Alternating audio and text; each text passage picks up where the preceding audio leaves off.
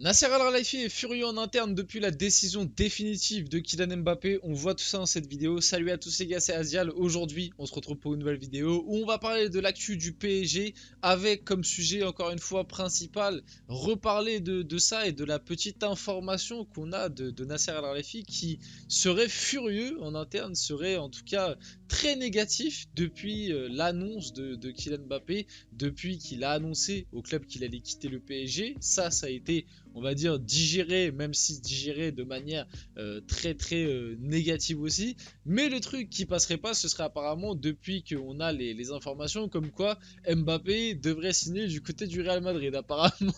Apparemment Nasser ne s'y attendait pas du tout, donc on va en parler dans cette vidéo.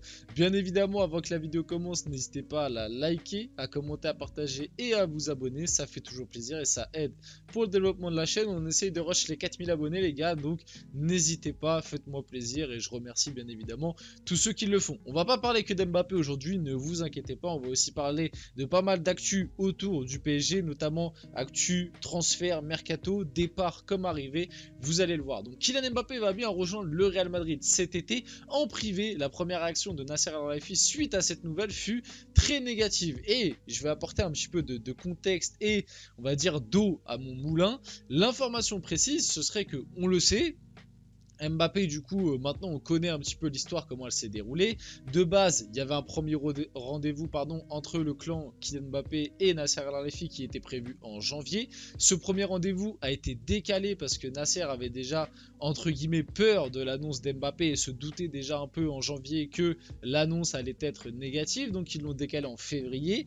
Cette fois-ci, rendez-vous qui a bien eu. L'annonce a été celle malheureusement attendue, c'est-à-dire une information négative. Mbappé qui a annoncé qu'il n'allait pas prolonger au Paris Saint-Germain et qu'il allait quitter le club libre, sans préciser dans quel club il voulait s'engager à l'avenir. Il a juste dit qu'il ne prolongerait pas et qu'il allait quitter le club gratuitement et que aucune contre-proposition allait être acceptée. Son choix était définitif, c'était de quitter le PSG.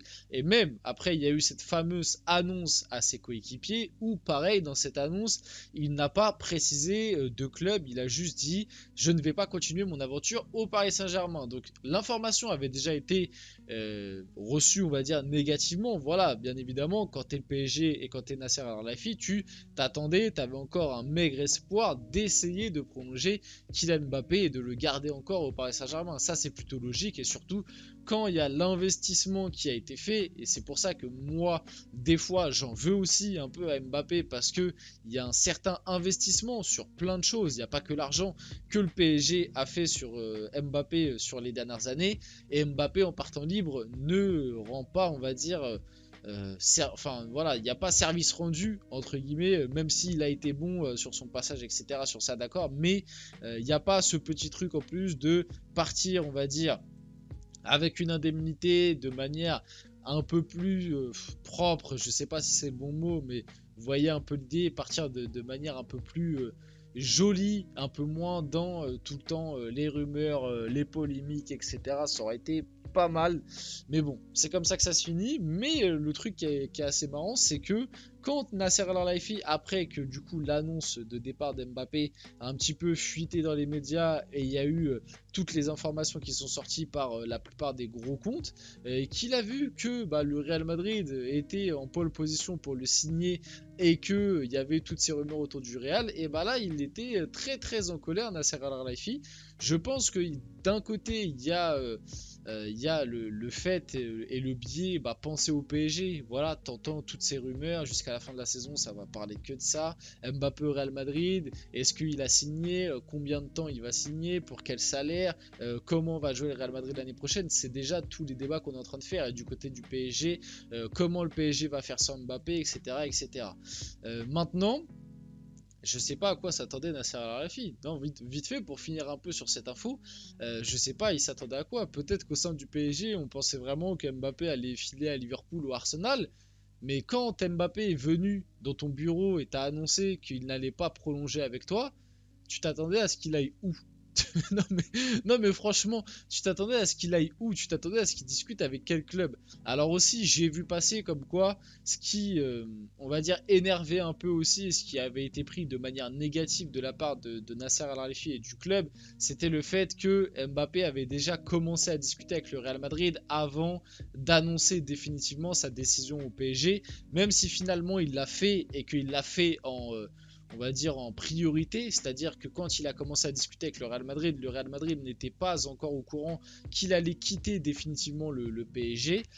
Donc dans un sens, il a un peu respecté sa promesse, même si il a un peu contourné, mais c'est aussi ça qui ne serait pas totalement passé au sein du Paris Saint-Germain. Mon avis là-dessus, en vrai, vous le connaissez très très bien, je pense, si vous avez regardé les précédentes vidéos. Pour moi, le PSG a mal géré le dossier et on va dire l'histoire Mbappé au PSG, c'est un fait. Maintenant, le joueur, pour moi, a aussi une grosse part de responsabilité dans tout ça. À des moments, le joueur a influé sur des choix sportifs, sur des choix du club de manière très négative. Le joueur, pour moi, pardon, n'a pas tout le temps répondu présent, n'a pas tout le temps tout donné pour le club, ou en tout cas pas de la manière dont on veut nous le vendre dans les médias. Il y a aussi des choses dont que Mbappé a très mal faites et a très mal géré. Et pour moi, en fait, le truc idéal, ce serait que les deux parties se posent autour d'une table et se disent bon, quand est-ce qu'on coupe le cordon, quand est-ce que on se met d'accord sur une vente. Et pour moi, je le dis, je le répète, parce que certains ont du mal à le comprendre et à chaque fois, ils viennent me dire oui, mais Mbappé, il est dans son droit de partir libre. Oui, il est dans son droit, mais quand l'été dernier, à 1 an de la fin de son contrat, le PSG savait qu'ils avaient reçu la lettre, donc ils savaient qu'il n'allait pas activer son option de prolongation. Le PSG était prêt à le vendre l'été dernier et c'est Kylian Mbappé qui n'a pas voulu partir. Et pour moi, maintenant qu'on connaît un peu le dénouement de cette histoire, à l'époque, on pouvait se dire peut-être qu'il veut pas encore partir parce qu'il attend de voir une dernière année le projet PSG pour continuer l'aventure ou partir. Mais quand on voit le déroulement et le dénouement de ce dossier, en fait, je me dis que l'été dernier, s'il n'a pas voulu être vendu par le PSG, c'est tout simplement parce qu'il avait déjà prévu et planifié son départ libre du côté du Real Madrid cet été. Et puis, prendre une grosse prime à la signature, c'est mieux que de laisser une indemnité au club qui t'a tout donné pendant 7 ans. Mais bref, certains ont du mal à comprendre ça, j'ai l'impression. Mais je pense que c'est une question de point de vue quand tu te mets à la place du joueur et quand tu te mets à la place du club. Bref, on va clore un peu le sujet Mbappé. On va passer à quelques infos mercato.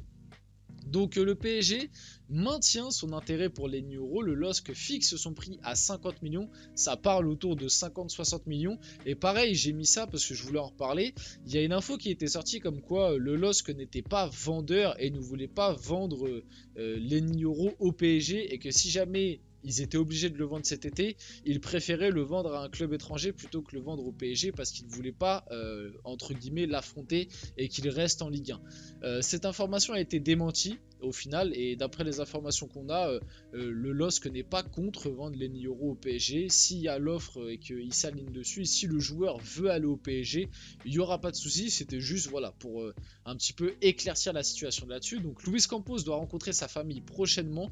Le Real Madrid est également sur le coup et le Real Madrid est très très chaud et aimerait énormément aussi signer Lenny Yoro. Donc ça va être un dossier très très important de l'été, parce que pour moi Lenny Yoro c'est un défenseur que le PSG ne doit pas louper.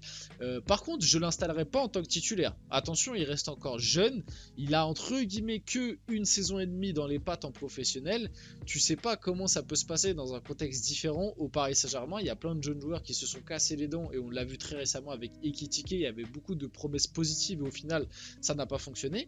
Donc, Lenny Yoro, faut aller dessus parce que pour moi, de ce que j'ai vu, etc., il y a énormément de potentiel, il y a énormément, voilà, il y a un truc. Quand tu vois Lenny Yoro, tu te dis, ah lui, il a un truc et pour le futur, ça peut être pas mal.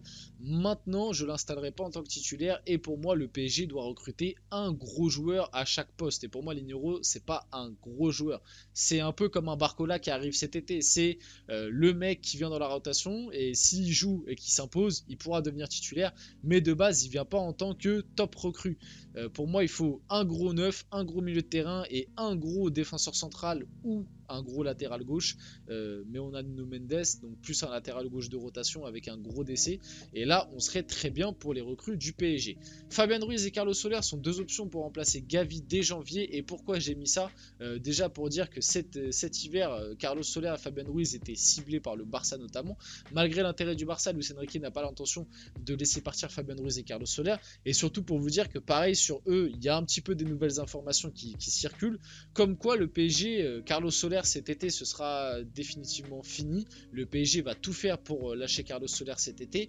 Et du côté de Fabien Ruiz, s'il y a une bonne offre, on n'est pas contre le vendre, même si lui ne sera pas poussé vers la sortie. Voilà un petit peu les informations que j'ai là-dessus.